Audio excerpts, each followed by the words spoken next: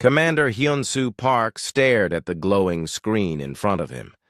The numbers did not make sense. He rubbed his tired eyes and looked again. The massive energy reading was still there, pulsing like a heartbeat in the darkness of space.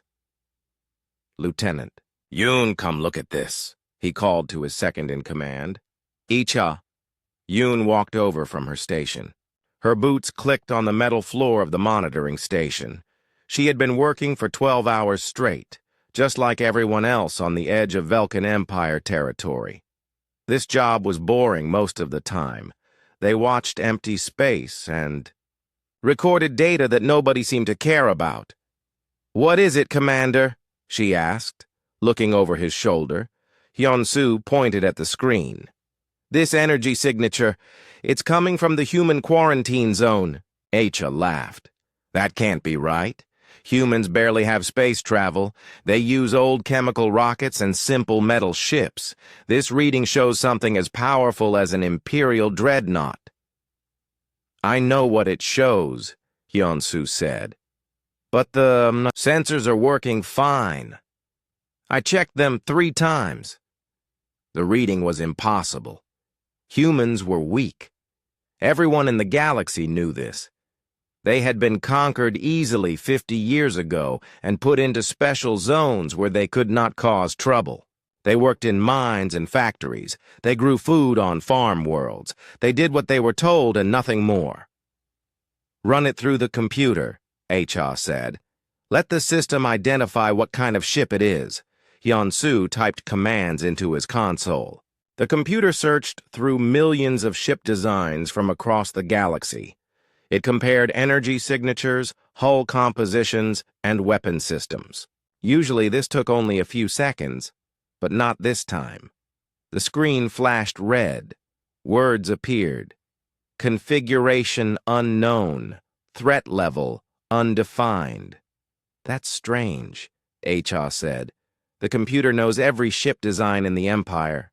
Maybe it's a new Velkan prototype," Hyun-Soo suggested. "No," Acha shook her head. "I would know about that. My cousin works in fleet development." They stared at the screen in silence. The energy signature grew stronger. Whatever was out there was moving toward them. Heavy footsteps echoed through the station. Overseer Zeth Khan entered the control room. He was tall and blue-skinned, like all Velkans. His 3 eyes glowed with authority. Gold decorations covered his military uniform. "What are you two doing?" he demanded. "Your shift ended an hour ago." "We found something strange, Overseer," Hyun-Soo said carefully. He had learned to be polite around aliens, especially Velkans. They did not like humans very much. Strange? What could possibly be strange in this empty corner of space? Hyun-Soo showed him the screen. "This energy reading from the human zone." Zeth Khan looked at the display. His middle eye focused on the numbers while his other 2 eyes watched Hyun-Soo and Acha. After a moment he laughed. It was a harsh sound that echoed off the walls. "You think humans built something that could fool our sensors?" he said. "Humans are barely more intelligent than animals. They can't even build proper buildings without our help." "But the reading," Hyun-Soo started. "The reading is wrong," Zeth Khan interrupted. "Your primitive human minds cannot understand advanced Velkan technology. The sensors are probably picking up solar radiation or space debris." Acha looked uncomfortable. "Sir, the signature is moving in a straight line. Debris doesn't do that." "Enough." Zeth Khan slammed his fist on the console. "I will not listen to fairy tales about human warships. Such things do not exist. Go to your quarters and rest. You are clearly tired." Hyun-Soo and Acha exchanged glances. They knew better than to argue with a Velkan overseer. "Yes, sir," they said together. But as they walked toward the door, Hyun-Soo stopped. "Overseer, should I file a report about the signature?" "No," Zeth Khan said firmly. There is nothing to report, just sensor ghosts and human imagination. Outside the control room, Cha grabbed Hyunsu's arm. He's wrong, she whispered. I've been reading sensors for 5 years. That's not debris or radiation. I know, Hyunsu said quietly. But what can we do? He won't listen. They walked to their quarters in silence. The station was small, with only 20 people working there. Most were humans like them. A few were other conquered species. Only the overseers were from the ruling races. In his room, Hyunsu sat on his narrow bed and thought. The energy signature bothered him. It was too clean, too focused to be natural. Ships had signatures like that. Big ships. Powerful ships. He turned on his personal communicator. It was an old model, but it worked. Carefully, he began to type. A message. He had friends on other stations. Other worlds. People who might want to know about strange things in space. The message was simple. Found unknown energy source in Sector 7 Alpha. Large vessel, possibly human origin. Empire dismissing. As sensor error. Sending data. He attached the sensor readings and encrypted the whole message. Then, he sent it to 12 different people across the galaxy. Most of them were humans who worked in important places. They would know what to do with this information. Back in the control room, Zethkon stared at the screen. The energy signature was still there. If anything, it was getting stronger. He checked the sensor calibration 3 times. Everything was working perfectly. Impossible, he muttered. Humans don't have the knowledge. They don't have the resources. But doubt crept into his mind. What if the humans had been hiding something? What if they were smarter than everyone thought? He pushed the thoughts away. Humans were weak. They had been defeated easily. They served the Empire without question. The idea of human warships was ridiculous. Still, he made a note in his private log. Unusual sensor reading from human zone. Investigating further. 3 sectors away, the massive ship continued its journey through space. Its hull was unlike anything in the Imperial databases. Strange metals gleamed in the starlight. Weapons that had never been seen before lined its sides. Energy flowed through systems that used physics in new ways. On the bridge, men and women, in simple uniforms, worked at their stations. They spoke in quiet voices, checking systems and plotting courses. Their faces were calm, but their eyes burned with determination. "Distance to monitoring station?" asked a woman with short black hair.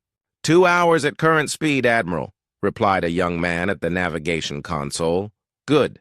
Maintain course. It's time they knew we exist. The ship moved through the darkness, carrying with it the hopes and dreams of an entire species. For 50 years, humans had been slaves.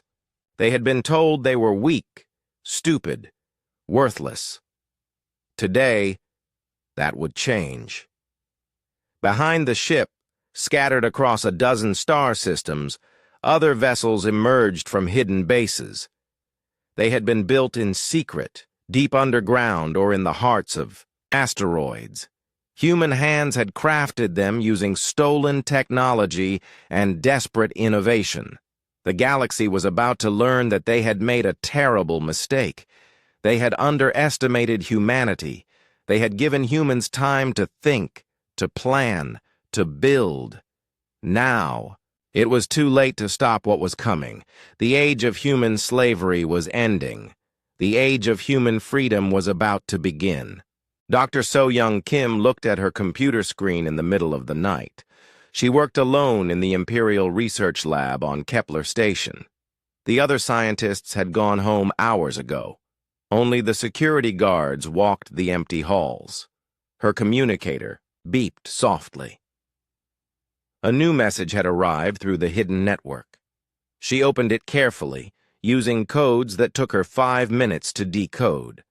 The message was from Hyun-Soo Park. She knew him from before the war, when they were both students. Now he worked at a monitoring station far from here. Energy signature, large vessel, possibly human origin. So Young's hands shook as she read the attached sensor data. She had seen readings like this before, but only in her secret research. For 3 years, she had been working on theoretical ship designs. Designs that the Empire would kill her for creating. It can't be, she whispered to herself. But the numbers were right. The energy patterns matched her calculations exactly. Someone had built a ship using the principles she had discovered. Someone had turned her dreams into reality. She quickly copied the data to a secure drive and deleted all traces from her computer. Then she sent a new message to 20 different people. The network was small, but it reached across the galaxy. 3 systems away, Captain Jae-won Lee was sleeping in a hidden bunker when his communicator woke him. He rolled out of bed and read the message in the dim light. Jae-won had been fighting the Empire for 10 years. He led a group of humans who refused to accept slavery. They stole weapons, freed prisoners, and attacked Imperial supply lines. Most people thought they were terrorists. Jae-won thought they were freedom fighters. He read So-young's message twice. Then he woke his second-in-command. Dong-hyun, get up. We have work to do. Dong-hyun Choi opened his eyes. He was an old soldier who had fought in the original war against the Empire. His hair was gray now, but his mind was still sharp. What is it? He asked. Look at this. Jae-won showed him the data. Someone built a real warship. Dong-hyun studied the screen. His eyes grew wide. These numbers. This is Imperial-class firepower. Or better, Jae-won said. We need to prepare our people. If this ship is real, everything changes. They spent the next hour sending coded messages to resistance cells across human space. The messages were simple. Be ready. The signal may come soon. On New Seoul, an industrial world where humans mined rare metals, Yoon-ji Nam was working late in the computer center. She was only 19 years old, but she was the best hacker in the resistance. The Empire thought she was just a data entry clerk. When So-young's message arrived, Yoon-ji understood immediately what it meant. She began to hack into Imperial communication networks, something she had been preparing for years. The security was strong, but Yoon-ji was stronger. She slipped through their defenses like water through cracks. Soon she was reading classified fleet reports and military orders. What she found made her heart race. The Empire was moving ships toward human space. They were sending patrol squadrons to investigate something. The orders mentioned unusual readings and possible security threat. They knew something was happening. Yoon-ji quickly downloaded fleet positions, ship movements, and patrol schedules. Then she sent this information to every resistance cell she could reach. If humans were going to fight, they needed to know where the enemy was. Meanwhile, Dr. So-young Kim was not the only scientist who had received the message. On Titan Research Station, Dr. Kyung-mi An was working in her private laboratory. She had been developing new weapon designs for 3 years, hiding her work from Imperial oversight. When she saw the sensor data, she knew her theories were correct. Someone had built a ship that could challenge the Empire. Now she needed to help them. She opened a secret compartment in her lab and pulled out data crystals containing her weapon designs. Plasma cannons that could punch through any armor. shield generators that could absorb massive damage, engine systems that could outrun Imperial fighters. All of it was theoretical.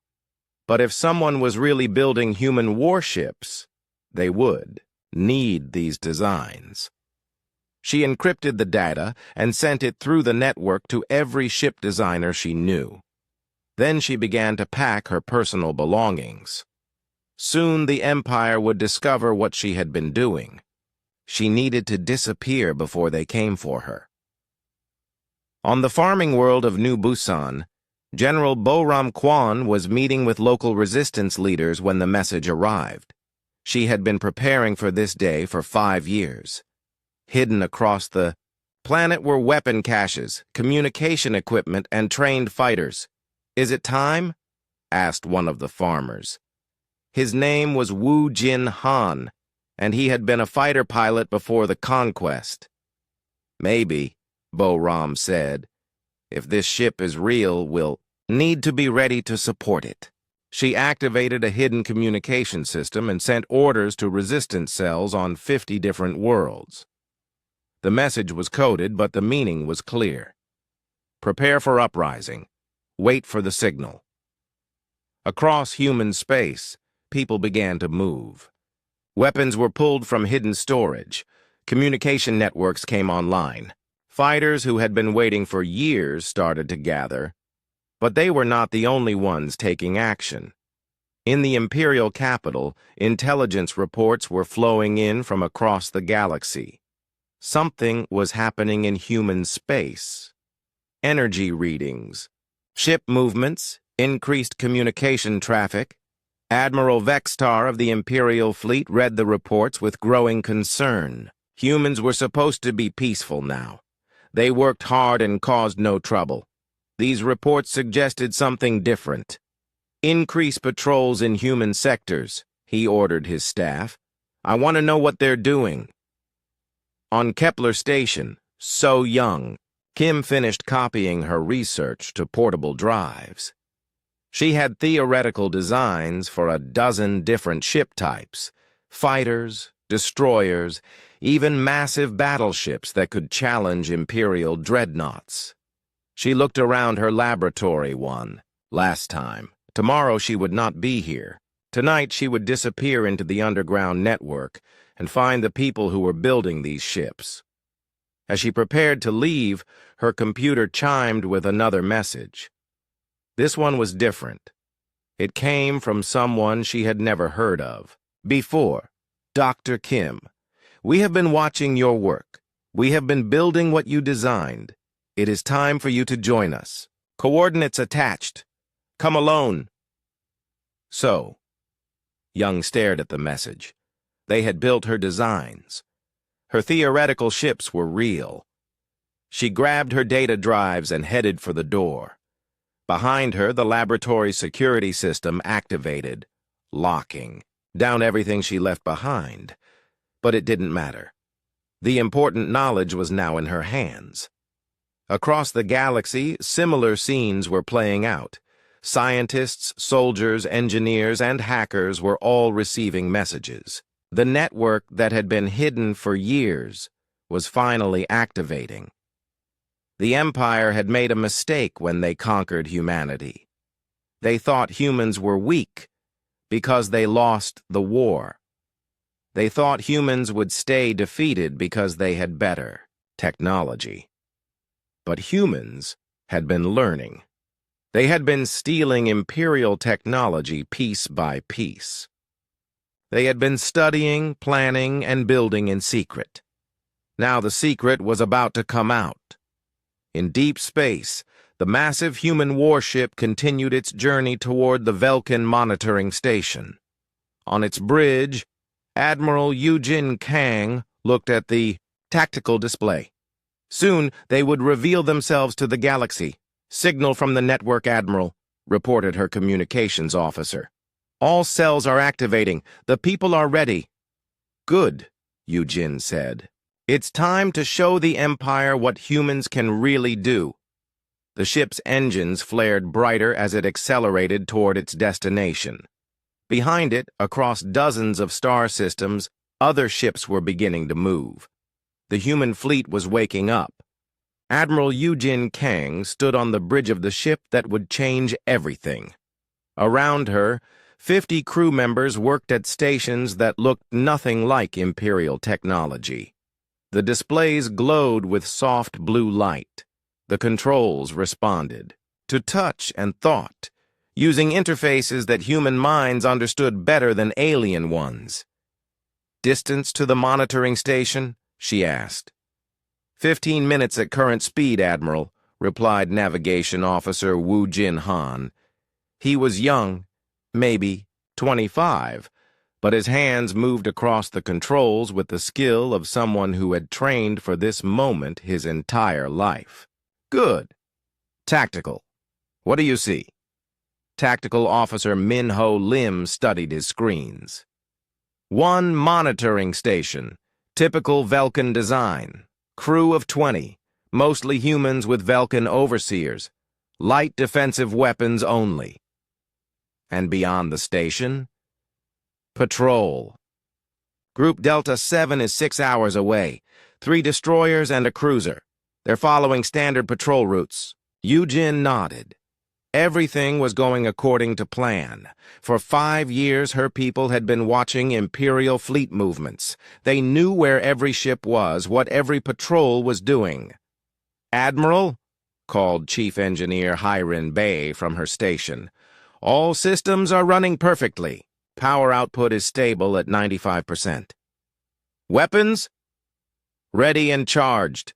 The new plasma cannons are operating beyond design specifications." Eugene smiled. Hirin had worked on this ship since its first day of construction.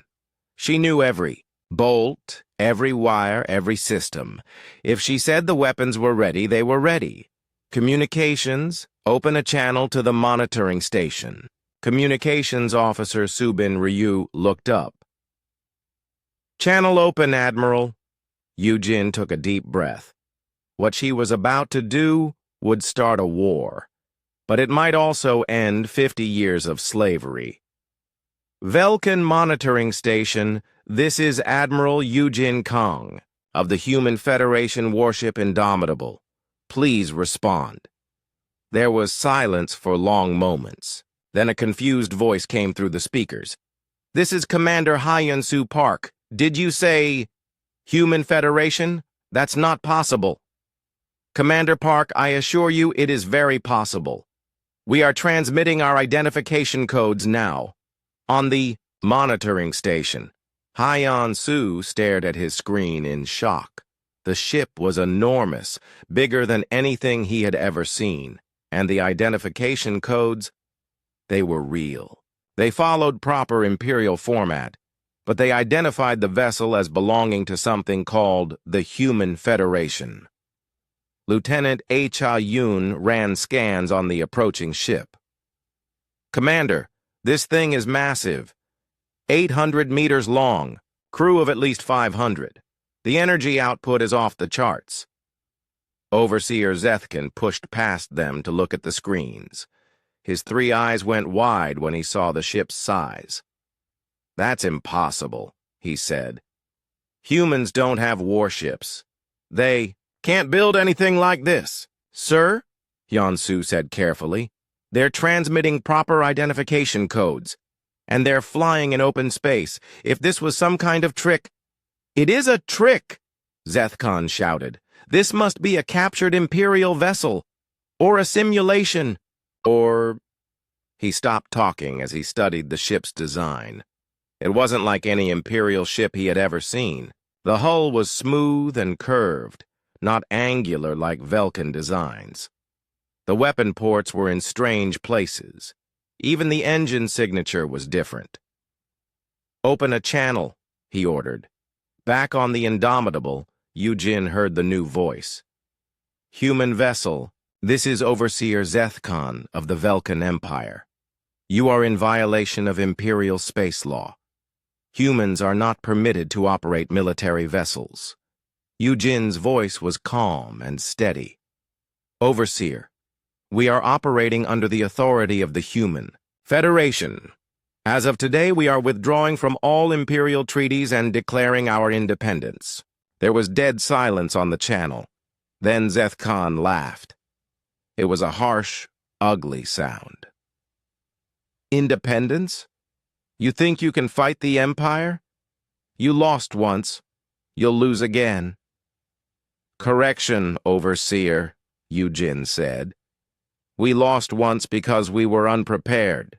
We trusted you to keep your word about peace. We believed you when you said you only wanted to trade. Her voice grew harder. We will not make those mistakes again. One ship, Zeth Khan said. You have one ship. The Empire has 10,000. One ship is all we need to start. On the bridge of the Indomitable, Yujin cut the communication link. She turned to her tactical officer. Minho, are there any Imperial warships within weapons range? Negative, Admiral. The nearest combat vessels are 6 hours away. Good. We don't want to start shooting yet. Send a message to all human settlements in this sector. Tell them the Federation has arrived.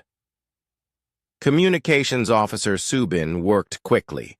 The message went out on frequencies that humans used for local communication. Simple words that meant everything. This is the Human Federation ship Indomitable. We are free. Join us. On the monitoring station, Hyun-Soo and Ai-Cha looked at each other. They had both heard the transmission. Sir, Hyun-Soo said to Overseer Zeth Khan, shouldn't we call for fleet support? No, Zeth Khan said quickly. This is just one ship. Probably stolen technology. We can handle this ourselves. But his voice was nervous. He was looking at the sensor readings that showed weapons more powerful than anything on his station. Try to jam their communications, he ordered. Ai-Cha worked at her console. I can't, sir. They're using encryption I've never seen before, and their signal is too strong. The message from the Indomitable was spreading across the sector. On mining worlds and factory planets, humans were hearing it and looking up at the sky with hope in their eyes. On the human farming world of New Jeju, Wu Jin-Han received the message while working in the fields. He was the same age as the navigation officer on the Indomitable, but he had spent his whole life growing food for the Empire. Now he dropped his tools and ran toward the hidden communications center. Other farmers were doing the same thing. They had been waiting for this day. Similar scenes were happening on dozens of worlds. Humans were abandoning their workstations and heading for hidden meeting places. The resistance cells that had been sleeping for years were suddenly coming alive. Back on the Indomitable, Admiral Yujin was receiving reports from across human space. Admiral, Communications Officer Subin said, we're getting responses from 47 different worlds. Resistance cells are activating everywhere. Any word from the fleet? Yes, ma'am. Ships 2 through 8 are moving to their assigned positions. They'll be in place within 12 hours. Yujin nodded. The Indomitable was not alone. 7 other ships, smaller but just as advanced, were moving through space toward Imperial targets. Today was just the beginning. Admiral, called Tactical Officer Minho. The monitoring station is sending a distress signal to Imperial Fleet Command. Let them, Yujin said.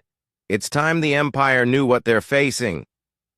She walked to the main display and looked at the tactical situation. One small monitoring station. Beyond it, the vast Velkan Empire with its thousands of worlds and millions of ships. But Yujin was not afraid.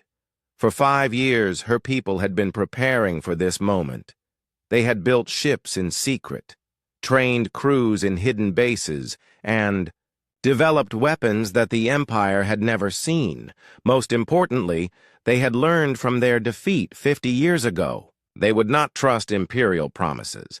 They would not fight fair battles where the enemy's numbers mattered. This time, humans would fight smart. Helmsman, take us to 1,000 kilometers from the station. Close enough to talk. Far enough to maneuver. Yes, Admiral. As the Indomitable moved closer, everyone on the monitoring station could see it clearly. It was beautiful and terrible at the same time. The hull gleamed like silver in the starlight. Strange weapon ports glowed with barely contained energy. Overseer Zethkan stared at the ship and felt fear growing in his chest. How had humans built something like this? Where had they gotten the technology? How many more ships did they have? For the first time in 50 years, he wondered if the Empire had made a mistake. On the bridge of the Indomitable, Admiral Yu Jin prepared for the next phase of her plan. She had announced humanity's return to the galaxy. Now she had to prove that humans could back up their words with actions. "Open a channel to all Imperial frequencies in this sector," she ordered. "Channel open, Admiral." Yujin's voice carried across space to every Imperial ship and station within 50 light years. "This is Admiral Yujin Kang of the Human Federation. For 50 years you have enslaved our people. You have taken our worlds and stolen our freedom. Today that ends. We are no longer your subjects. We are your equals. And if you will not accept that—" She paused. "Then we will make you accept it." Fleet Admiral Zethkara of the Velkan Empire read the report for the third time. He was sitting in his command center on the capital world of Velkanos, surrounded by the most advanced military technology in the galaxy. But the words on the screen still made no sense. "A human warship?" he said to his aide. "This must be some kind of joke." Commander Yextul stood at attention beside the Admiral's desk. He had served under Zethkara for 20 years and had never seen his superior look confused before. "Sir, the report comes from 3 different sources. Monitoring Station Delta 7, Patrol Group Beta 9, and our deep space sensors. They all confirm the same thing." Zethkara stood up and walked to the large display that showed the entire Velkan sector. Red dots marked Imperial ships and stations. Green dots showed conquered worlds. In the human zone, a new symbol was flashing. Unknown vessel. "Show me the technical specifications," he ordered. The display changed to show detailed scans of the human ship. Zethkara studied the numbers. 800 meters long. Crew capacity for 500. Weapon systems that registered as unknown. Configuration. "These readings are impossible," he said. "Humans barely understand basic physics. They use chemical rockets and metal bullets. How could they build something like this?" "Perhaps they stole the technology," suggested Commander Yextul. "From where?" "Our shipyards are heavily guarded. Our technology is encrypted. And even if they stole the plans, they would need factories, raw materials, trained workers." Zethkara trailed off as he realized the implications. If humans had built one ship, they might have built more. "Send a message to all fleet commanders," he ordered. "Increase security around shipyards and research facilities. Double the patrols in human sectors." "Yes, sir." "Should we also alert the High Council?" Zethkara hesitated. The High Council included representatives from all the major species in the Empire. They would ask difficult questions. They would want to know how humans had managed to build warships without Imperial knowledge. Not yet, he decided. This might be an isolated incident. One ship, probably built from scraps and spare parts. We can handle it. But even as he said the words, he didn't believe them.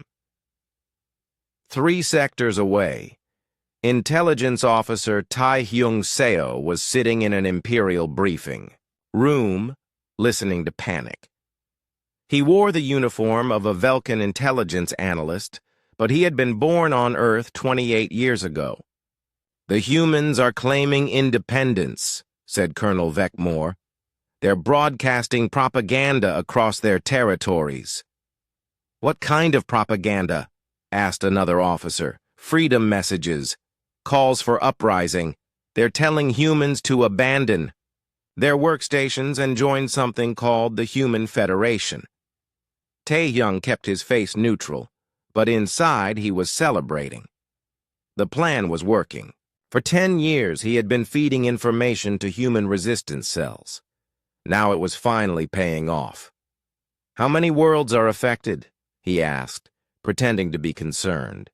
"Reports are coming in from 67 human settlements.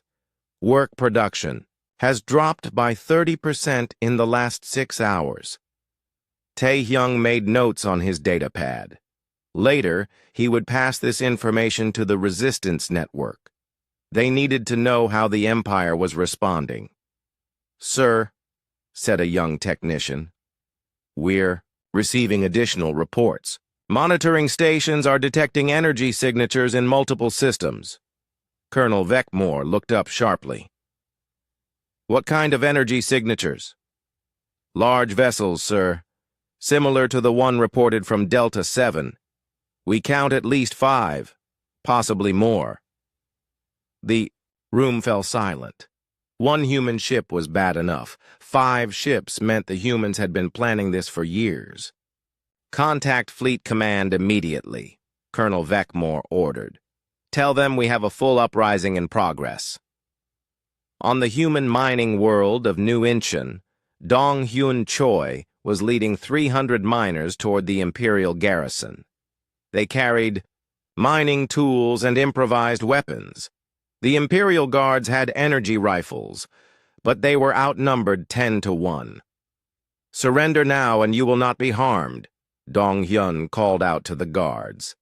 Captain Raxtel of the Imperial Guard looked at the crowd of angry humans. He had 20 soldiers against 300 miners. Usually the humans were afraid of Imperial weapons. Today, they looked ready to fight and die. "You cannot win," he called back. "The Empire has thousands of ships.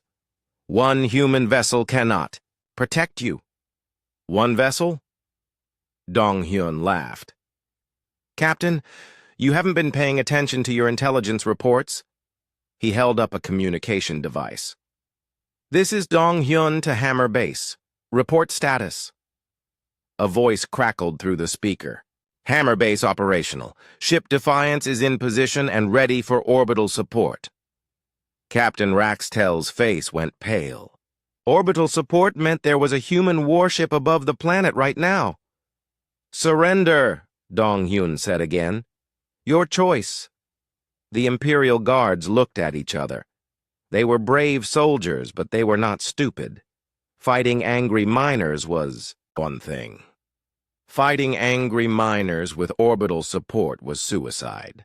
Captain Raxtel slowly placed his weapon on the ground. His soldiers did the same. Similar scenes were happening across human space. On factory worlds, farm planets, and mining colonies, humans were rising up against their imperial overseers. Most of the uprisings were peaceful. The humans had learned that dead guards couldn't send intelligence reports. But not all imperial forces were willing to surrender. On the industrial world of New Gwangju, Captain So-young Park was leading a resistance cell against the main Imperial Command Center. Unlike the mining world, this facility was heavily defended. Energy barriers surrounded the building. Automated defense guns tracked movement in the streets. "We need to disable the shields," So-young told her second-in-command. "How?" "Those barriers can stop tank rounds." So-young smiled. "Imperial technology, very impressive, but it has a weakness." She pulled out a small device that looked like a communication unit. "Imperial shields are designed to stop high-energy attacks. They don't respond well to specific frequency disruptions." She activated the device. The energy barriers flickered and went dark. "How did you know that would work?" her companion asked. Used to work for Imperial Research. I helped design those shield systems. The Resistance fighters moved quickly through the streets.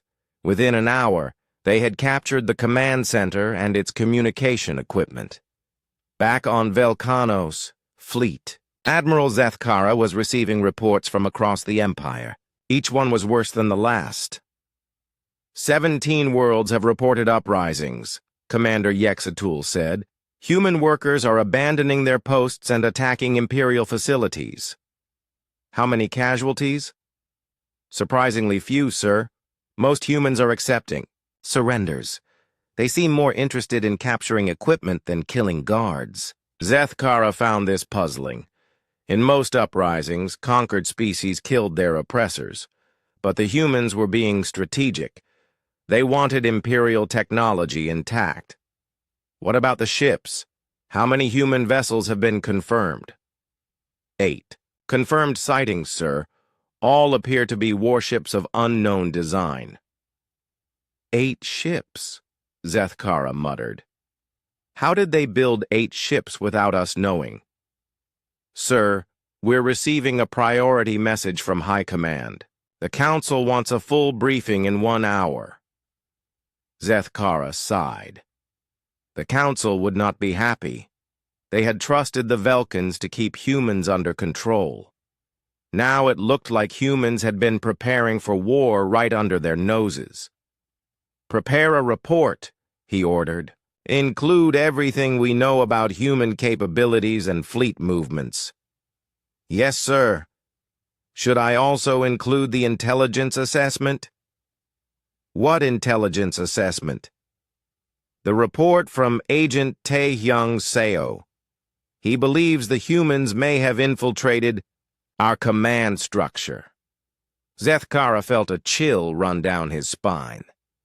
If humans had spies in Imperial intelligence, they would know about fleet movements, defense plans, everything. Get me that report immediately, he said, as Commander Yextul hurried. Away, Zethkara stared at the tactical display. Red dots marked Imperial ships across the galaxy. But now he wondered, how many of those ships were being watched by human spies? How many Imperial officers were actually working for the enemy? For 50 years, the Empire had believed humans were defeated. Now it looked like they had been playing a much longer game. In deep space, Admiral Yujin Kang was receiving reports from across human space. The uprising was going better than expected. Most Imperial forces were surrendering without a fight. Admiral, Communications Officer Subin reported, we're getting confirmation from all 7 sister ships. They're in position and ready for the next phase. Good. Any response from Imperial Fleet Command? Nothing official yet. But our intelligence sources report increased activity at Velkan headquarters.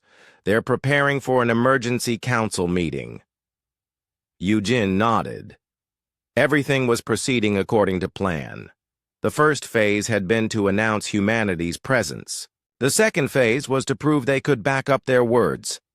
Signal the fleet, she ordered. Begin Phase 3. Across human space, 8 advanced warships began to move toward their targets.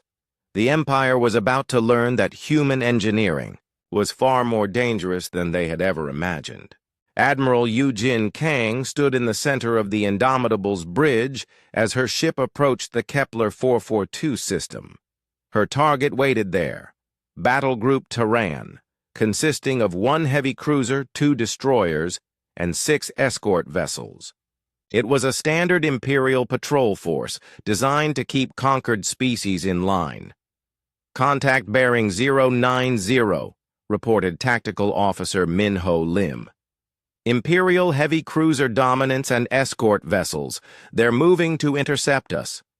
Perfect, Yujin said. They're coming to us. That makes this easier. Chief Engineer Hyerin Bay looked up from her station. Admiral, all systems are operating at full capacity. The new gravitational shields are stable. Weapons are charged and ready. Yujin nodded. The gravitational shields were humanity's secret weapon. Imperial ships used energy barriers that could be overwhelmed by enough firepower. Human ships used controlled gravity fields that bent space around them. Enemy weapons would literally miss their target. Communications. Open a channel to the Imperial ships. Channel open, Admiral. A harsh alien voice came through the speakers. Unknown vessel, this is Captain Vorthak of the Imperial Cruiser Dominance. You are in violation of Imperial space. Identify yourself immediately. Captain Vorthak, this is Admiral Eugene Kang of the Human Federation warship Indomitable.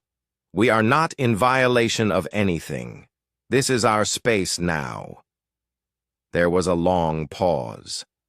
Then Captain Vorthak spoke again, his voice filled with disbelief. Did you say human? That's impossible. Humans don't have warships. Captain, your intelligence is 50 years out of date. We have warships. We have a fleet. And we have independence. 1 ship against 9, Captain Vorthak said. You cannot win. Watch us. Eugene cut the communication link and turned to her tactical officer. Minho, what's our range to target? 2 million kilometers and closing, Admiral. They're maintaining formation. Good. They think we're going to fight like Imperial ships. They're wrong. Launch fighters. Fighter Commander Sunmi. O was already in her cockpit when the launch order came. Around her, 24 other pilots were strapping into their advanced fighters. These were not like the bulky Imperial fighters. They were small, fast, and used technology that no alien had ever seen. Dragon Squadron. This is Dragon Leader, Sunmi said over the radio. Today we make history. Show them what human pilots can do. The fighters launched from hidden bays along the Indomitable's hull. They moved in patterns that confused Imperial sensors. Instead of flying in straight lines, they curved and spiraled through space, using gravitational fields to change direction, without slowing down. On the bridge of the Dominance, Captain Vorthak watched the fighters approach. What are they doing? He asked his tactical officer. Unknown, sir. Their flight patterns don't match any known combat doctrine. They're dancing. Dancing? Captain Vorthak studied the display. The human fighters were weaving between his ships like they were performing some kind of ballet. But he could see. Weapons charging on their hulls. All ships prepare for combat, he ordered. Fire at will. The Imperial ships opened fire with their standard weapons. Energy beams and plasma bolts filled space around the human fighters, but none of the shots hit their targets. Impossible, breathed Captain Vorthak. How are they dodging everything? He was watching something that no Imperial tactician had ever imagined. The human fighters were using their ships' gravitational fields to bend space around them. They could change direction instantly without losing speed. They could accelerate and decelerate faster than any Imperial ship. Sunmi, oh, smiled as energy. Beams passed harmlessly around her fighter. The gravitational maneuvering system was working perfectly. She could feel the G-forces trying to crush her, but her pilot suit compensated automatically. Dragon Squadron, begin attack runs, she ordered. Target their weapon systems first. The human fighters dove toward the Imperial ships. Their weapons were different, too. Instead of energy beams, they fired projectiles that phased in and out of normal space. The Imperial shields were designed to stop energy attacks. They had no defense against weapons that appeared inside their defensive barriers. The first Imperial destroyer, Conquest, took 12 hits in 30 seconds. Its weapon systems exploded one by one. Its shields flickered and died, but the hull remained intact. What's happening? Captain Vorthak demanded. Why aren't they destroying us? His tactical officer studied the damage reports. "Sir, they're targeting our weapons and engines. They're trying to disable us, not destroy us." On the Indomitable, Admiral Yujin was watching the battle with satisfaction. "Excellent work, Dragon Squadron. Continue disabling maneuvers." Engineer Hyrin looked confused. "Admiral, wouldn't it be easier to just destroy them?" "Easier, yes, but not smarter. Dead Imperial ships tell no tales. Disabled ships return home with stories about human capabilities." The second destroyer, Victory, lost its engines to a precise fighter attack. It began to drift helplessly through space. The escort vessels tried to protect the larger ships, but they were too slow to catch the human fighters. Captain Vorthak realized his battle group was being systematically dismantled. "All ships, retreat to hyperspace," he ordered. But when his ships tried to activate their hyperspace drives, nothing happened. "Sir," his engineer reported, "our hyperspace motivator has been disabled. All ships report the same problem." Admiral A. Yujin had planned for this. The human fighters had been targeting specific systems, weapons, engines, and hyperspace drives. The Imperial ships were trapped. "Now it's our turn," Yujin said. "Helmsman, take us into weapons range. All batteries, prepare to fire." The Indomitable moved toward the disabled Imperial ships. Its weapons began to glow with a strange blue light. These were not energy weapons or projectile launchers. They were phase cannons that could exist partially outside normal space-time. "Target the cruiser dominants," Yujin ordered. "Fire one," shot across their bow. The phase cannon fired. A beam of impossible energy passed through the space where the cruiser's shield should have stopped it. The beam struck the ship's hull and burned a perfect hole through 3 decks. Captain Vorthak stared at the damage reports. The human weapon had passed through his shields like they weren't there. It had burned through armor that could withstand Imperial plasma cannons. "How is this possible?" he whispered. His communication system activated. Admiral Yujin's voice came through clearly. "Captain Vorthak, you have 2 choices: surrender your ships and crews, or watch us demonstrate more of our capabilities." "Captain." Vorthak looked around his bridge. His weapons were destroyed. His engines were offline. His shields were useless against human weapons. His crew was looking at him with fear in their eyes. We surrender," he said. "Wise choice. Prepare to be boarded. Our people will ensure your crew receives medical attention and proper food. You will be treated according to the laws of war." Within an hour, human boarding parties had secured all 9 Imperial ships. The crews were processed efficiently and humanely. The wounded received medical care. The officers were questioned politely but thoroughly. Captain Vorthak found himself sitting across from Admiral Yujin in the Indomitable's conference room. She was younger than he had expected, maybe 40 years old. Her uniform was simple but well-made.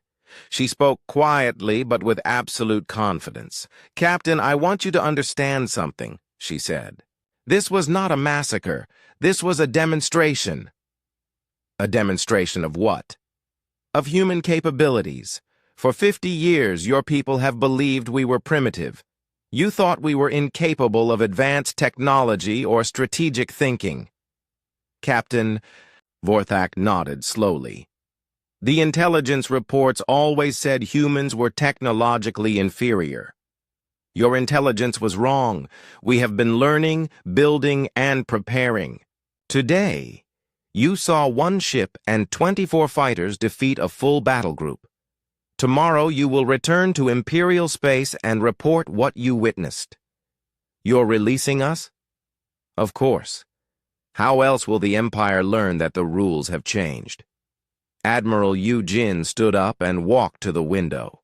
Through the transparent metal, Captain Vorthak could see his disabled ships being repaired by human engineers. "Your crews will return home safely," she said. "Your ships will be returned in working condition. But you will carry a message to your superiors." "What message?" Yujin turned back to face him. "Tell them that humanity is no longer hiding. Tell them we have ships, weapons, and technology they cannot understand. Tell them we are not seeking revenge for 50 years of slavery." She paused. "Tell them we are seeking equality. They can accept us as partners, or they can try to fight us, but they can never make us slaves again." 2 days later, the 9 Imperial ships limped back to Velkan space. Their crews told stories that no one wanted to believe. Human ships that moved like living things, weapons that passed through shields, pilots who could fly impossible maneuvers. Most disturbing of all was the message. Humanity was no longer the weak species they had conquered 50 years ago. The Empire was facing something new, something they had never encountered before. They were facing humans who had learned to fight smart. Dr. Kyung-mi-an crawled through the maintenance tunnels beneath the Imperial Research Station on Titan. She had been hiding for 3 days, ever since security forces started searching for her. In her backpack, she carried data crystals containing 5 years of secret weapons research. Behind her, footsteps echoed through the tunnels. The security teams were getting closer. "Dr. An," called a voice through the tunnel system. "We know you're in there. Come out peacefully and you won't be harmed." Kyung-mi kept crawling. She knew what "won't be harmed" meant in Imperial terms. They would question her, torture her for information, and then execute her as a traitor. Ahead, she could see light coming through a maintenance grate. If she could reach it, she might escape into the lower city where the resistance could hide her. She pushed through the grate and dropped into an alley between 2 industrial buildings. The air was thick with pollution from the factories. Perfect cover for someone trying to disappear. "Dr. An?" She spun around, expecting to see Imperial guards. Instead, she saw a young human woman in worker's clothes. "I'm Yeon-woo Kim," the woman said quietly. "I'm with the Resistance. We've been looking for you." "How did you find me?" "We've been monitoring Imperial communications. When they started searching for you, we figured you'd try to escape through the tunnels." Yeon-woo led her through narrow streets to a hidden entrance in an old warehouse. Inside, dozens of humans were working at communication equipment and computer terminals. "Welcome to the revolution," Yeon-woo said. Across the galaxy, similar scenes were playing out. On every human world, people were emerging from hiding. Scientists, engineers, soldiers, and pilots who had been secretly preparing for this day. On New Seoul, General Bo-ram Kwon stood in a hidden command center deep underground. Around her, communication officers were coordinating with resistance. Cells across 50 star systems. "General," called one of the officers, "we're receiving confirmation from the Indomitable. Battle Group Terran has been defeated." "Casualties?" "None on our side. The Imperial crews were captured and will be released." Bo-ram nodded. "That was Admiral Yujin's style. She fought to win, not to kill." "What about the other ships?" "All 7 sister ships report successful missions. We now control 12 star systems and have disabled or captured 43 Imperial vessels." Bo-ram studied the tactical display. Red dots showed Imperial forces. Blue dots showed human-controlled territory. For the first time in 50 years, there was more blue than red in human space. "Begin Phase 4, she ordered. "Signal all resistance cells. It's time for full mobilization." On the farming world of New Jeju, Coordinator Inho Jang received the mobilization order while working in the fields. Around him, other farmers stopped their work and looked at their communication devices. "Is it time?" asked Woo Jin Han, the former fighter pilot. "It's time," Inho confirmed. They walked to a barn at the edge of the farmland. Inside, hidden beneath tons of grain, was a complete military command center. Communication equipment, weapons, and even a small spacecraft. "I can't believe we're really doing this," Woo Jin said as they activated the hidden systems. "We've been preparing for 5 years," Inho replied. "Now we get to see if our plans work." Similar hidden bases were activating across human space. The resistance network that had seemed small and scattered was revealing its true size. Thousands of people had been secretly working toward this moment. On the mining world of New Incheon, Dong Hyun Choi was leading a convoy of captured Imperial vehicles toward the main spaceport. His miners had traded their tools for Imperial weapons. Their faces showed determination mixed with fear. "Remember," he told his people over the radio, "we're not here to destroy anything. We need those ships intact." The spaceport was defended by automated gun systems and energy barriers, but Dong Hyun's people had been studying Imperial defenses for years. They knew exactly where the weak points were. "Team Alpha, disable the power grid," he ordered. "Team Beta, jam the communications. Team Gamma, prepare for assault." The attack was swift and precise. Within an hour, the spaceport was under human control. More importantly, they had captured 12 Imperial transport ships and their crews. But not all the uprisings were going smoothly. On the industrial world of New Gwangju, Captain So-Young Park was facing serious resistance. The Imperial garrison there was larger and better equipped than expected. Energy weapons fired from fortified positions. Human fighters were pinned down in the streets. "We need orbital support," So-Young said into her communicator. "Negative," came the reply. "All ships are committed to other missions. You'll have to handle this yourselves." So-Young looked around at her trapped fighters. They were brave, but they were facing professional Imperial soldiers with superior weapons.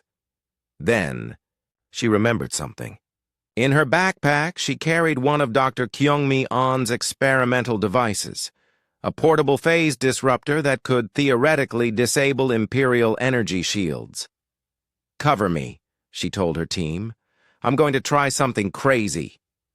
She ran across the open street while energy bolts burned the air around her.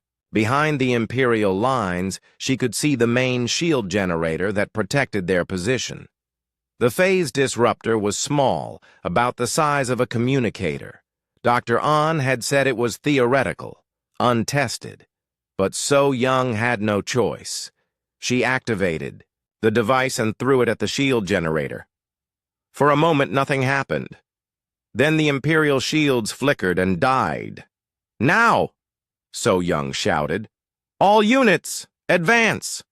The human fighters stormed the Imperial position. Without their shields, the Imperial soldiers were quickly overwhelmed.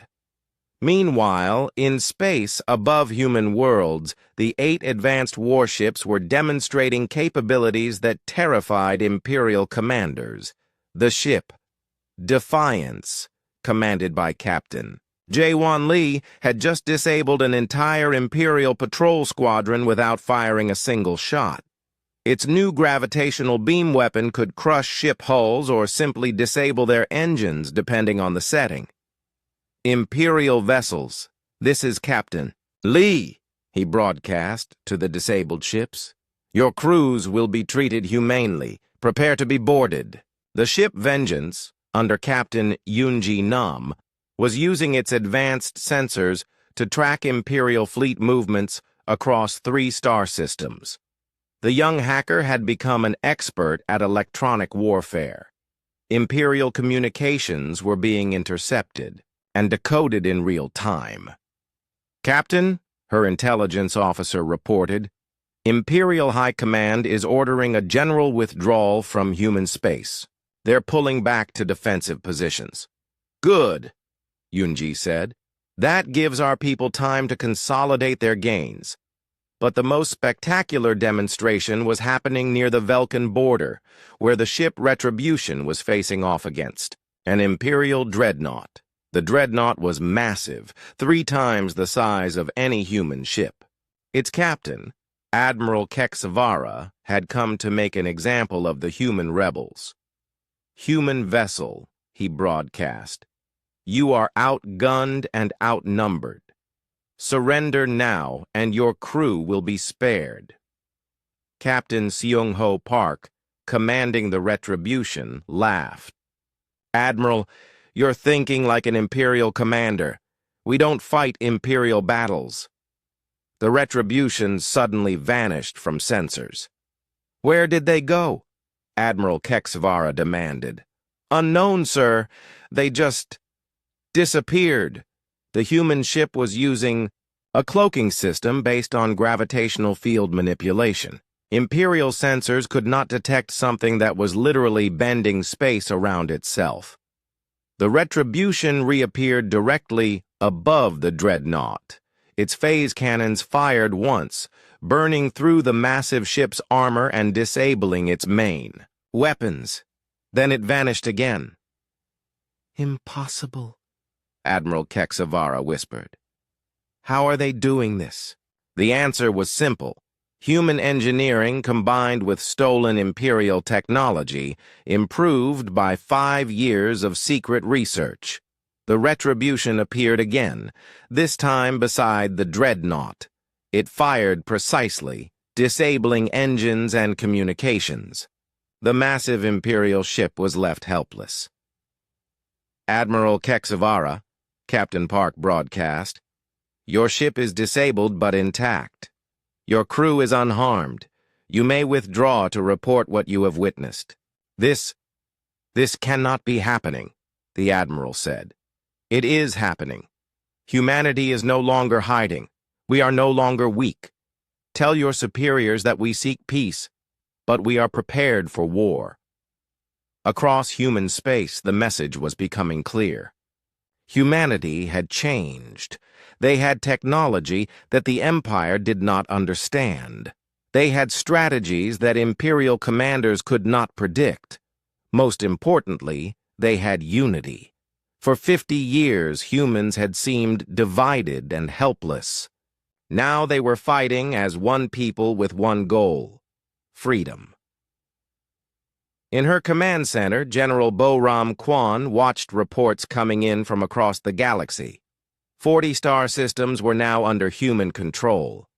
Imperial forces were withdrawing or surrendering, but she knew this was just the beginning. The Empire would not accept human independence easily. They would gather their forces and strike back. "Send a message to all ships and all resistance cells," she ordered. "Phase 5 begins now. We have their attention. Now we need to prove we can keep what we've taken." The revolution was no longer a secret.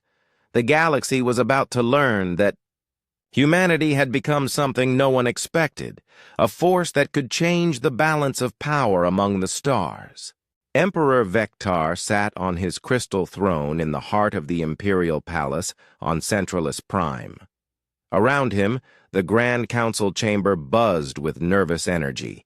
Representatives from 12 different species had gathered for an emergency session. Something like this had not happened in 300 years. "Silence," the Emperor commanded. His voice echoed through the vast chamber, and all conversation stopped immediately. Admiral Zethkara of the Velkan fleet stood before the throne.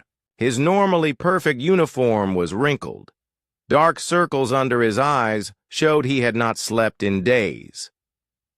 "Admiral," the Emperor said, "explain to the Council how a primitive species has captured 40 star systems in less than a week." Zethkara straightened his shoulders. Your Majesty, the humans are not as primitive as our intelligence suggested. They have developed advanced technology and military capabilities. How advanced? Asked Counselor Yexdai of the Threxian Trade Federation. Our reports said humans barely understood basic physics. Our reports were wrong, Zethkara admitted. Human ships demonstrate capabilities we have never seen before.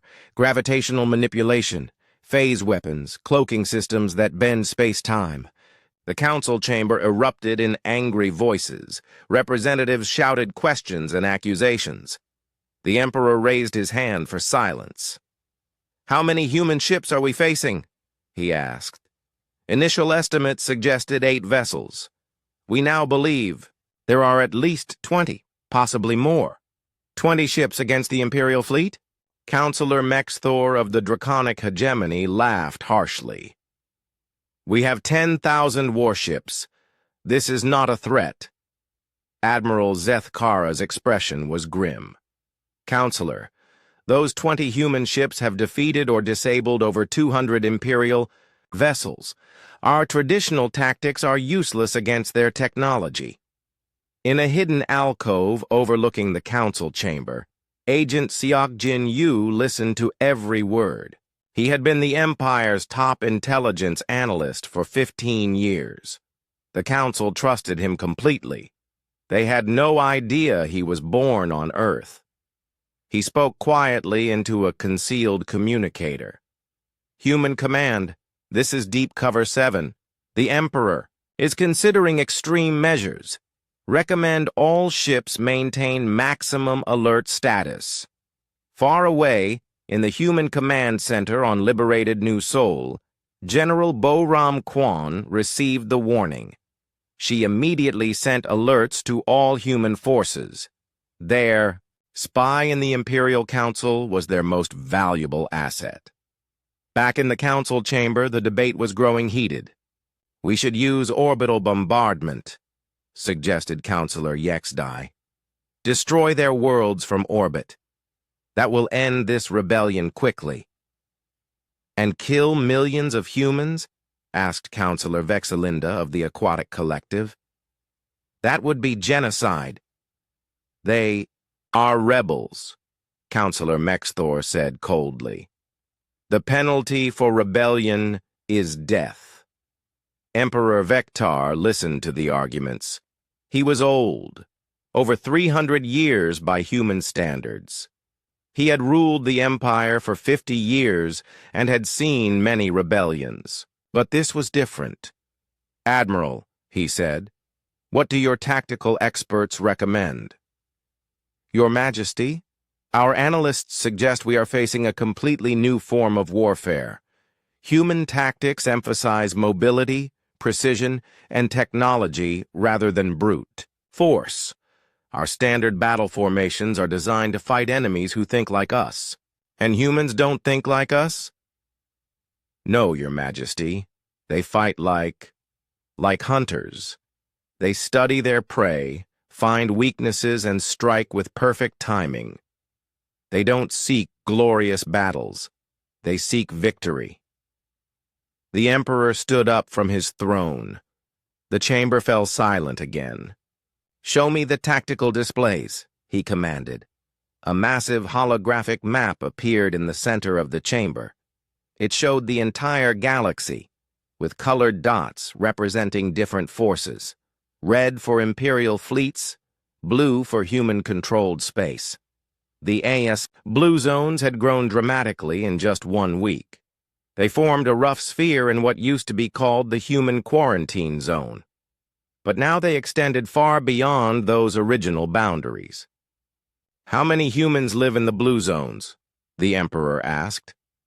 Approximately 800 million, Your Majesty. And they all support this rebellion? Admiral Zethkara hesitated.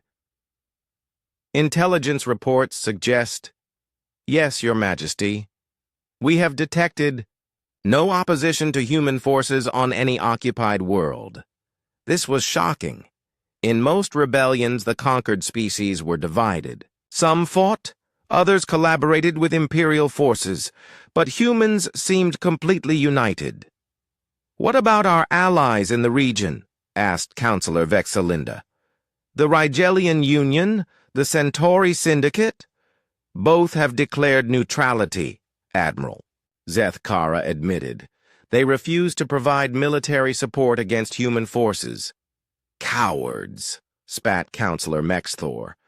"Perhaps," the Admiral said, "or perhaps they are being wise. Human ships have demonstrated the ability to appear anywhere without warning. No one wants to face weapons they cannot understand." In his hidden position, Agent Siok Jin continued to relay information to human command.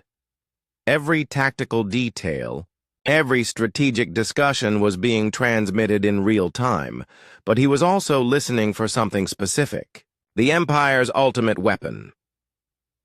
Emperor Vectar walked around the holographic display, studying the human positions.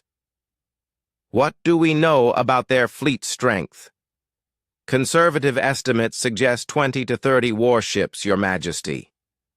But they also have thousands of smaller vessels captured from our forces." "And our fleet strength in the region?" 3,000 ships within striking distance. Another 5,000 that could reach human space within a week. Then we outnumber them significantly." "Yes, Your Majesty. But numbers may not matter if we cannot hit their ships." The Emperor stopped walking. He turned to face a figure who had been silent throughout the meeting. General Cax Thule of the Imperial Strategic Command was the Empire's most experienced military leader. "General, what is your assessment?" General Cax Thule stepped forward. He was ancient even by Imperial standards, with battle scars covering his armored hide.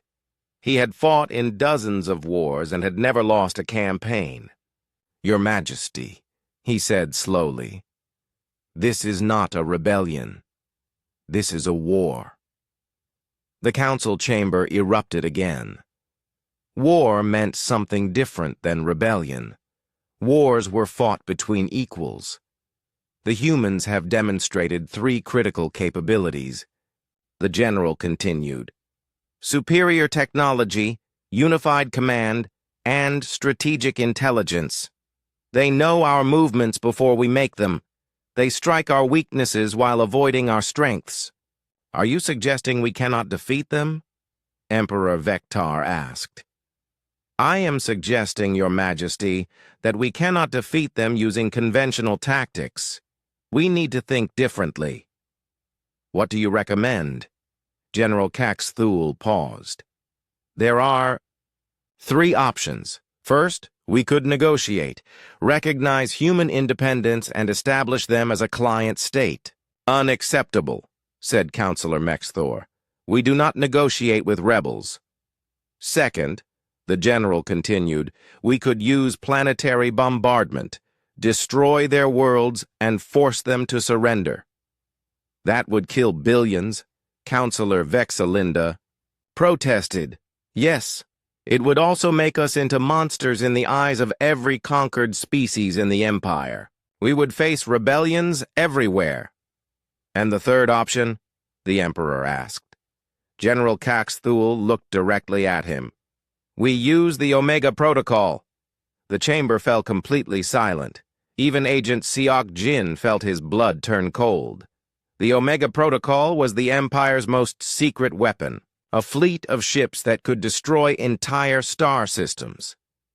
General, the Emperor said carefully, the Omega fleet has never been deployed. Its very existence is classified at the highest levels. Yes, Your Majesty. But if we are truly facing a war, we may need our ultimate weapons. Emperor Vectar returned to his throne. The Omega Protocol was his final option, created 50 years ago after the original human war. It was designed to ensure that no rebellion could ever threaten the Empire again. But using it would change everything. The Empire would no longer be seen as benevolent rulers. They would be feared as destroyers of worlds. I will consider all options, he announced. This session is concluded. Admiral Zethkara, prepare contingency plans for all 3 scenarios. As the council members filed out of the chamber, Agent Seok Jin slipped away through hidden passages.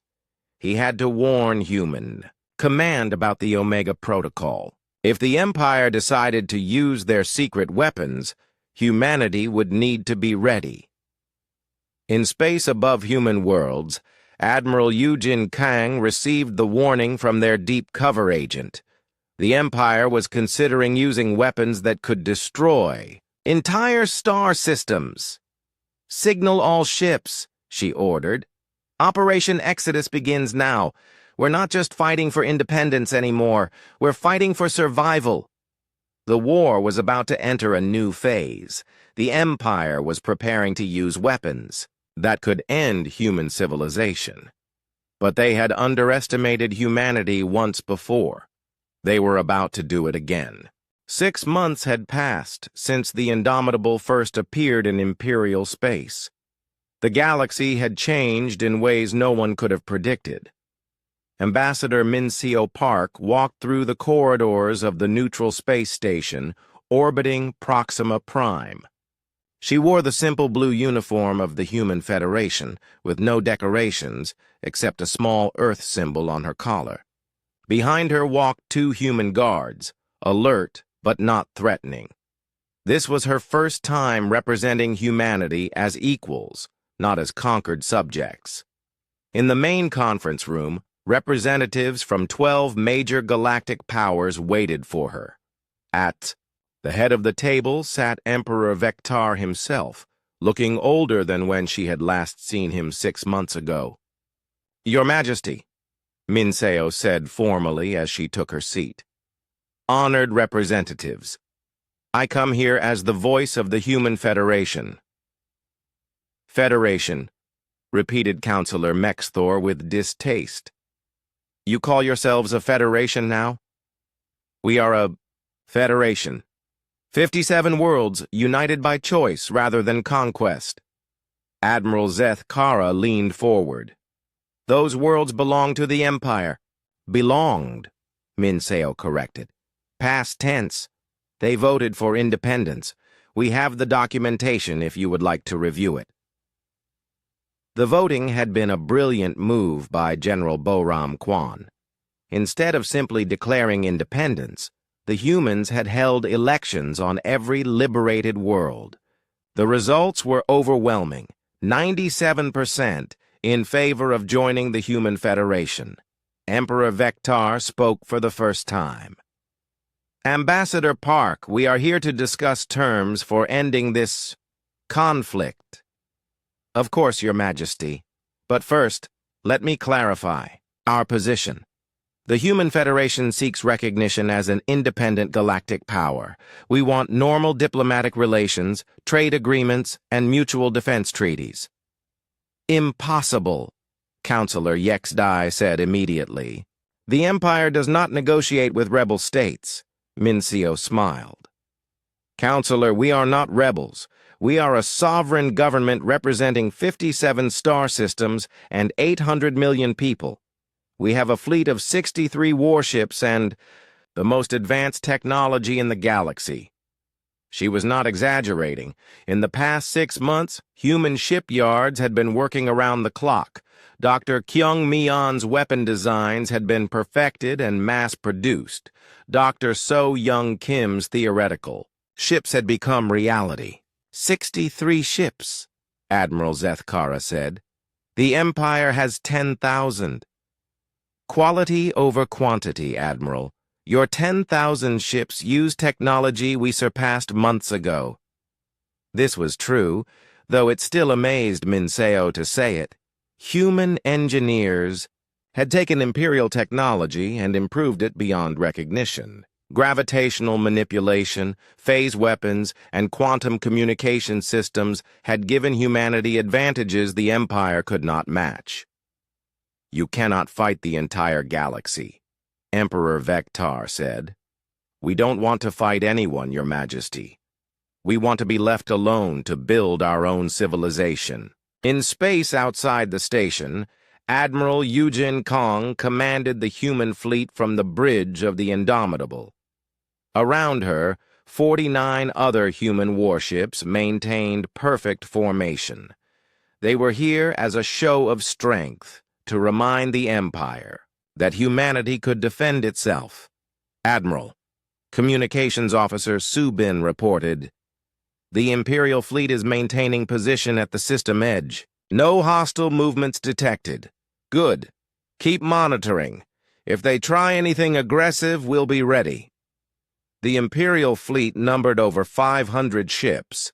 Normally, such force would intimidate any opponent, but Admiral Zethkara had learned to respect human capabilities.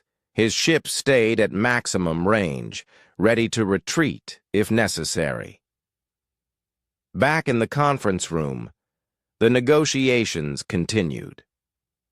"Let me show you something," Minseo said.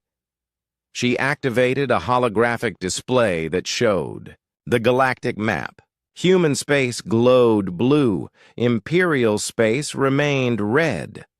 6 months ago, humans controlled 0 star systems.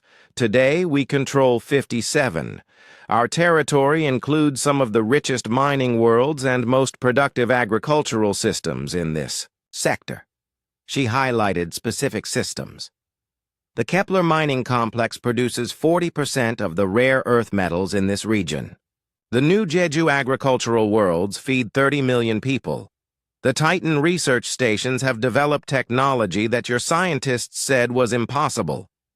Emperor Vectar studied the display. Human expansion had been strategic, not random. They had taken systems that gave them economic independence and defensive depth. "What do you want?" Emperor Vectar asked finally. "Recognition," Minseo said simply. "Formal recognition of the Human Federation as an independent galactic power, trade agreements on equal terms, and a promise that the Empire will never again attempt to enslave human worlds." "And if we refuse?" Counselor Mexthor asked. Minseo's expression hardened. "Then we continue to expand. We continue to liberate human colonies. We continue to demonstrate that Imperial technology is no match for human innovation." She activated another part of the display. "In the past month, human ships have appeared in 40 different Imperial systems. We've rescued human slaves, captured Imperial supply convoys, and established listening posts throughout your territory." This was the Empire's greatest fear. Human ships could appear anywhere without warning. Their cloaking technology made them invisible to Imperial sensors. Their speed made them impossible to catch. "We know about your secret shipyards," Minseo continued.